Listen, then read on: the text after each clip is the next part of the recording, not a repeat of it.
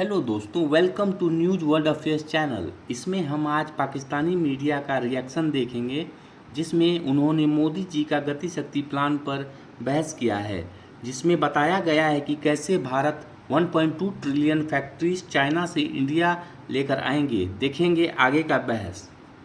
मैं हूं फखर यूसुफजई और आप देख रहे हैं डिबेट विद फखर। आज की डिबेट में बात करेंगे, एक बड़ी इंपॉर्टेंट डेवलपमेंट है हिंदुस्तान के हवाले से और बड़ी पॉजिटिव है। क्या है वो डिटेल में जाएंगे। बिल्कुल 1.2 ट्रिलियन डॉलर का एक प्रोजेक्ट है जो नरेंद्र मोदी जी ने स्टार्ट किया है उसको, और वो कहते हैं कि इसको जल्द से जल्द इन स्पीडी प्रोसेस के साथ इसको वो कंप्लीट करना चाहते हैं। ये है क्या बेसिकली, और इसको लाने की जरूरत क्या पेश आई, इन सारी चीजों के ऊपर बात करेंगे। और जो रिसेशन चल रहा है दुनिया में, स्पेशली यूरोप की बात होती है, यूके में बहुत ज्यादा इन्फ्लेशन है और इकोनॉमी कह रहे हैं कि डाउन है।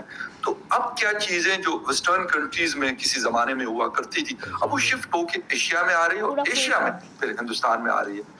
बात करेंगे इन सारे मुद्दों के ऊपर, और बात करने के लिए मुझे ज्वाइन कर रहे हैं senior political commentator from India Sumit Peer साहब। Sumit ji, thank you very much for joining the show. Thank you Fakhar भाई, thanks for the invitation sir. Sumit ji, तो ये बताइएगा कि ये 1.2 ट्रिलियन डॉलर का जो प्लान है, इट्स अ ह्यूज अमाउंट। मैं ये नहीं कहता कि जी इंडिया के लिए बहुत पैसा है, पाकिस्तान के लिए बहुत पैसा है, बल्कि ये जिस मुल्कों में डॉलर बनता और चलता है, अमेरिका में, उसके लिए भी बहुत बहुत बड़ा पैसा है। क्या है बेसिकली, और ये कैसे शुरू हुआ, और मतलब आइडिया क्या था? मेरे तो बड़ा हैरान कौन था, मैंने जो आर्टिकल ये पढ़ा है।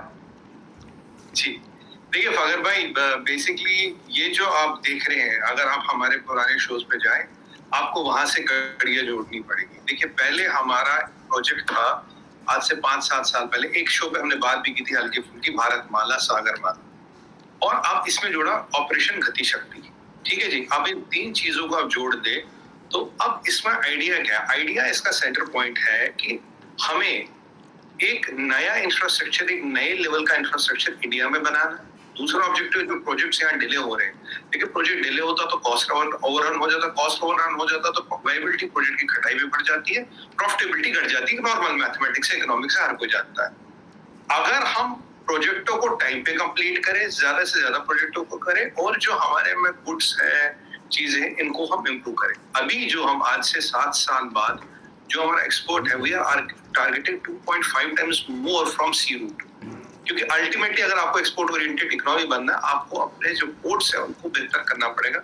हमारे पास कई 100 पोर्ट्स है, तो उनको हम और बेहतर कर रहे हैं और पोर्ट बना रहे हैं। अब देखिए, इतना बड़ा सी लाइन है हमारा, राइट?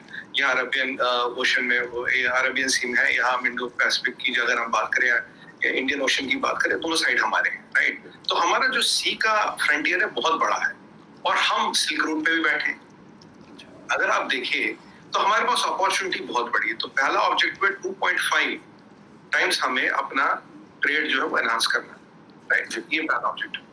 हमें अपने सी पोर्ट्स डेवलप करने, सी पोर्ट्स के साथ हमें डेडिकेटेड फ्रेट कॉरिडोर्स, जिन पे केवल माल चलेगा, high speed train networks, cold storage facilities पूरा, और फिर इंडस्ट्रियल एरियाज इनके आसपास, फिर इनके आसपास एयरपोर्ट्स। तो एक बहुत बड़ा मैसिव डेवलपमेंट है। आइडिया क्या है? देखिए, अगर आप आज सिंगापुर की बात करें तो सिंगापुर कहता था जी वी हैव राइट कम 3 घंटे में अगर आपकी शिपमेंट कोई सिंगापुर में लैंड करते हो तो 3 घंटे वो क्लियर होकर बाहर आती है। ये उनका यूएसपी था। और Changi is one of the busiest ports in the world. शायद अब है या नहीं है, बट कुछ देर पहले तक जहां तक मैंने देखा, it was the busiest sea ports in the world because they had this speed. अब फकर में अगर छोटा सा सिंगापुर स्पीड ला सकता तो बड़ा इंडिया तो कभी भी ला सकता है। तो ऐसा कुछ तो है नहीं। स्पीड लाने में क्या आपको सिस्टम प्रोसीजर दुरुस्त करने, ऑटोमेशन लानी है, तो यही चीज की है। इसमें हमने एक और चीज क्या किया, एडिशन 16 मिनिस्ट्रियों ने मिलके एक इसके पोर्टल बनाए। हम हमेशा से गवर्नमेंट ऑफ इंडिया से, मैं पर्सनली कई डिबेट्स पे, नेशनल डिबेट डिमांड कर चुका हूँ, सिंगल विंडो क्लियरेंस। देखिए, चाइना से कंपनियों को निकलना है, और उनके पास वियतनाम भी है, बांग्लादेश भी, और भी ऑप्शन है।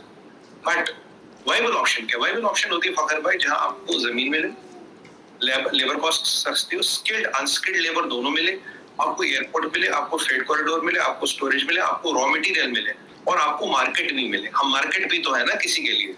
तो ये 8, और आपके पास एक डेमोक्रेटिकली इलेक्टेड गवर्नमेंट हो। ऐसा ना चाइना की तरह आपका आईपीआर चला रहे हैं, कल बोले कौन सा आईपीआर, ये तो हमारा है, ये तो हमारा प्रोडक्ट है। तो ये जो 10-12 चीजें जो मैंने आपको गिनाई, अगर इनका एक एमलगमेशन देखिए, इनका एक रेडीमेड ऑप्शन देखिए एशिया में, तो सीधा सीधा इंडिया आता है, क्योंकि चाइना गेम से बाहर जा चुका है। हम इस अपॉर्चुनिटी को सेंस कर रहे हैं, तो इसीलिए 16 मिनिस्ट्रियों का सिंगल क्लियरेंस विंडो। इसमें क्या है, आपने एक अर्जी डाली किसी चीज की, मुझे कारखाना लगाना, मुझे कुछ करना है, तो सारा आप एक जगह डालेंगे, वहीं से सारा क्लियरेंस होगा, हर मिनिस्ट्री आपको वहीं से क्लियर करती जाएगी। मान लीजिए कोई फाइल फखर यूसुफजई के पास किसी मिनिस्ट्री में रुकी है, तो आपके पास 3 दिन या 7 दिन का टाइम है से क्लियर करने, मतलब जो भी है। अगर आप क्लियर नहीं करेंगे, पहले सिस्टम में दिखेगा ये फाइल यहाँ रुकी पड़ी, और आपको रीजन देना पड़ेगा पब्लिकली कि ये फाइल मैंने क्यों रोकी। ये नहीं कि आप फाइल के अंदर कुछ लिख देंगे, आपको पब्लिकली बोलना पड़ेगा ये कारण के मैंने फॉरेन रोकी, और अगर आप मुझे ये दे दो तो मैं ये अप्रूव कर दूंगा, काइंडली ये चीजें सबमिट करो, मैं अप्रूव कर दूंगा, ठीक है। तो अब इसका क्या है कि जो भी फॉरेन इन्वेस्टर्स आए उनको एक जगह सिंगल विंडो क्लियरेंस है, ताकि ज्यादा से ज्यादा बिजनेस यहाँ आए, और ये ना हो कि वो मिनिस्टर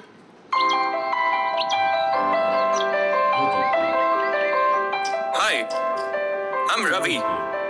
बचपन से ही I dreamt of उनको एक जगह सिंगल विंडो क्लियरेंस है, ताकि ज्यादा से ज्यादा बिजनेस यहाँ आए, और ये ना हो कि वो मिनिस्ट्रियों के चक्कर में फंसता रहे कि नहीं आप एनवायरमेंट वालों से क्लियरेंस लाओ, वो बोले नहीं एनवायरमेंट तो ठीक है जी, आप एनसीएलटी से क्लियरेंस लाओ, वो बोलता आप एनवायरमेंट मिनिस्ट्री के पास जाओ, वो पता नहीं फाइनेंस मिनिस्ट्री पहले आपका बजट पारित करे।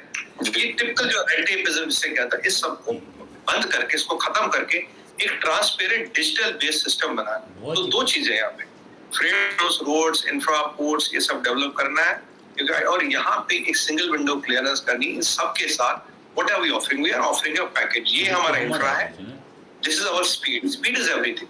देखिए अगर एक कार्गो को एक जगह से दूसरी जगह वर्ल्ड एवरेज 10 घंटे लगते हैं, तो हमारे अगर 14 घंटे लगेंगे तो 40% टाइम ज्यादा लग गया ना। It is not the global average, so we don't have to meet the global average, we have to better them. Point here is I am repeating sir, we don't have to meet the global average, we have to better them. इसलिए वहां ये चल रहा है। गति शक्ति का नाम शायद इसीलिए दिया गया। गति मींस गति स्पीड, शक्ति means power, power of speed, power of speed मतलब पावर तो है, पर कितनी जल्दी, कितनी तेज। उसमें क्लियरेंस भी आता है, उसमें ट्रांसपोर्ट भी आता है, उसमें स्टोरेज भी आती है, एयरपोर्ट एक्सेस सब कुछ आता है उसमें, डेडिकेटेड फ्रेट कॉरिडोर्स, ये सब आते हैं। अगर आप सेमीकंडक्टर की बात करें फकर भाई, कई बार आपके शो में बात कर चुका हूँ, सेमीकंडक्टर का जैसे मैंने बताया था, एक बहुत बड़ा प्लॉट कटता है सेमीकंडक्टर कारखाने के लिए। कम से कम कोई भी सेमीकंडक्टर कारखाना $20 बिलियन से लेकर $50 बिलियन तक लगता है।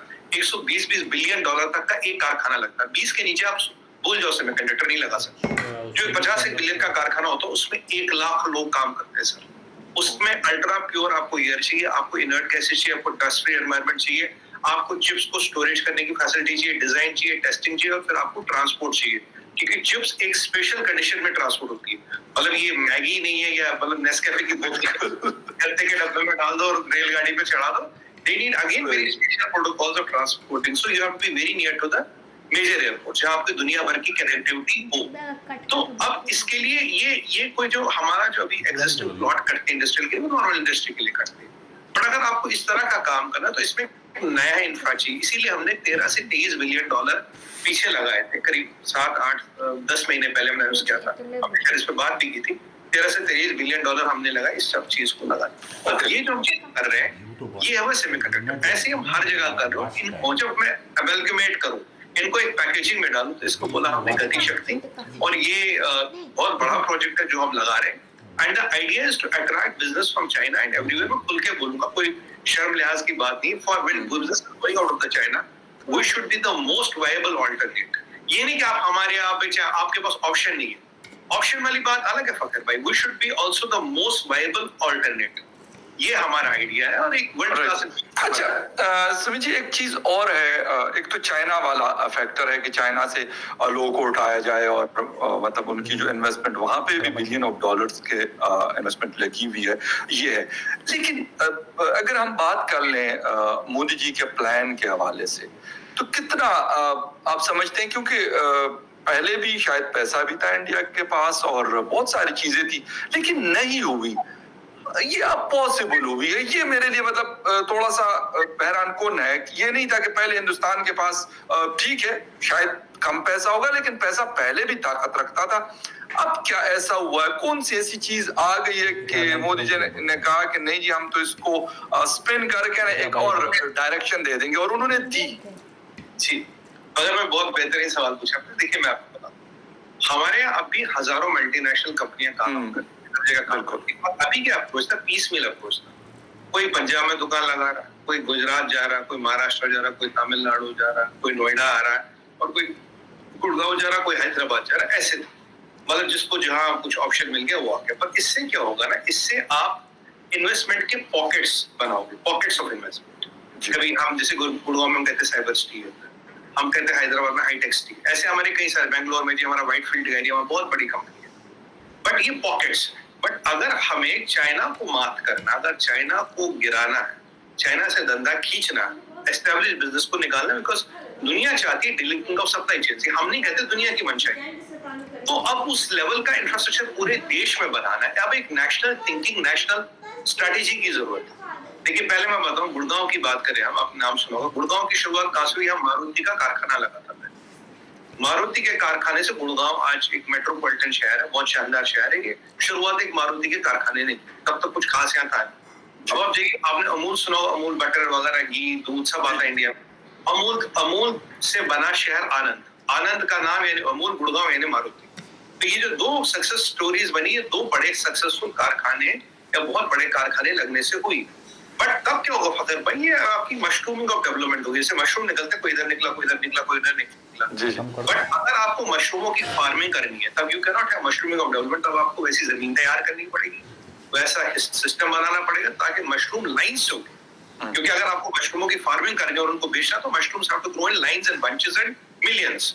तो ये एक नेशनल लेवल की सोच है, how to make not a state, not a town, not a कस्बा, but India as the manufacturing hub of the world. और आपको यही याद होगा, यही मोदी जी ने एससीओ में कहा था शी जिनपिंग को, India will be the manufacturing hub of the world. अब पहले कहने की बातें होती थी,